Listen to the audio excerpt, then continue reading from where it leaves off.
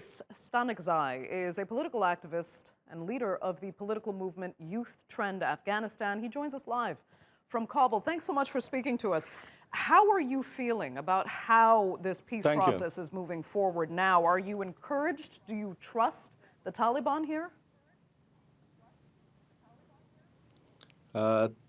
Thank you.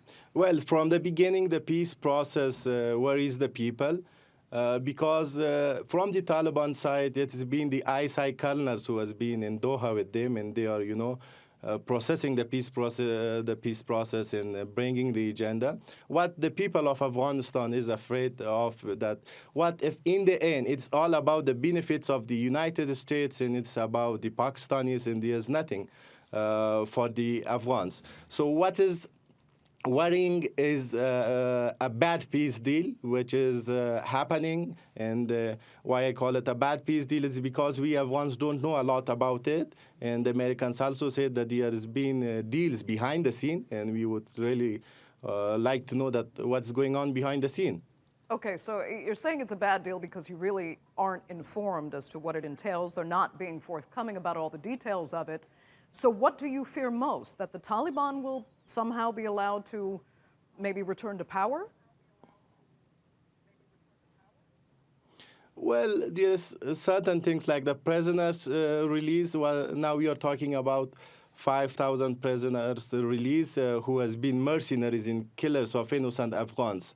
So what if we release the prisoners and then there is another attack from Taliban on the American troops, and then President Trump comes out and he tweets that everything is, gone. What we need in the peace process as an Afghan nation is that strong international guarantees, that we should have guarantees that these fighters will not come back to the battlefield.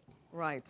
So as you're seeing U.S. troops, pull out, we're also seeing continued attacks carried out by Daesh in Afghanistan. I want to ask how much that actually worries you. Is it a growing threat that the government really isn't prepared to deal with? Well, we thank our international partners, but honestly speaking, we, the Afghans, never liked any foreigner troops inside our country, including me. So it's not worrying me because after 2014, when thousands foreigner troops were leaving Afghanistan, many thought that Afghanistan will collapse, but our national security forces proved them wrong. So for the moment, 94% of the operations are conducted by the Afghan forces. So we have the alternative. We always had the alternative, which is the Afghan forces. So if U.S. forces are leaving, it is not worrying us in the battlefield because we trust in our security forces, we trust in the leadership, and ISIS is almost defeated. Okay, well, it's very good to hear you say that. But as for your leadership, I have to ask you about the political situation developing now.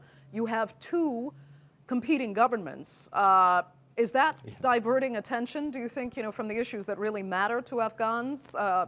Or could the competition actually force these competing parties into working harder for the Afghan people? Well, as a young Afghan, I was expecting that our leaders should have sorted out, the best way to any conflict or any problem, it's diplomacy and discussing. But unfortunately, that didn't happen. We have President Ghani, who's been declared the winner by the IAC, and this decision is supported by the international community. And then we have CE Dr. Abdullah, whose policy has been, since 2014, not accepting his defeat. He was defeated in 2014 in front of President Karzai. He didn't accept that. He was defeated in 2014. He didn't accept that, and he was defeated again. He didn't accept that. What I'm saying is that our leaders, if they really think for Afghanistan, for the nation, they should, respect the law and the will of the nation. We cannot, let it happen that everyone comes out and proclaims himself the president. So if we listen to Dr. Abdullah C, and there is Mullah Haibatullah, the leader of Taliban, who's also calling himself the ruler of Afghanistan.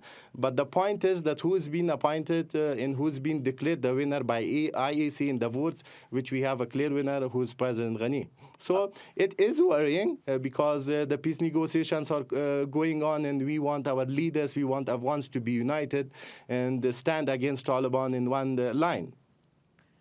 Okay, it's very understandable how you say that you think Abdullah should just respect, especially the recognition of the international community and the fact that this election has He been should. decided within Afghanistan, but he's not. If he digs in his heels and this parallel government continues to move forward, do you fear the potential instability that could bring? Well, yes, we fear the instability. It shouldn't have happened because we have seen the results of instability in Afghanistan. What I'm saying is that Dr. Abdullah, they see he has been in power since 40 years. So I think that's enough. If he's not in the power for 5 more years, nothing will happen to him. He should accept the law. He should accept the decision of IEC. And he cannot continue this way because if the people are not accepting you, if the international community is not accepting you, if the US especially, they are not accepting you, the IEC says that you are not a winner, and you keep saying that you are the winner, so you know the results. Okay.